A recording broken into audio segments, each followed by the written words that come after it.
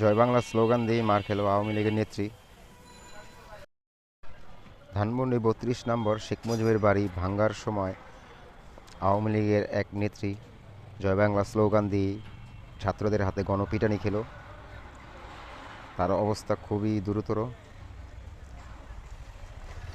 তার পরিচয় এখনও পাওয়া যায়নি। সে কে, কোথা থেকে আসছে বা কেন আসছে, কিসের জন্য আসছে, তার পরিচয় এখনো নিশ্চিত করতে পারে নাই। ছাত্র জনতার মুখে মার খেল আওয়ামী লীগের নেত্রী। তখন সাধারণ জনগণ তাকে রিক্সায় করে উঠে হাসপাতালে নিয়ে যায়। ছাত্র জনতা ঘিরে ফেলেছে তাকে।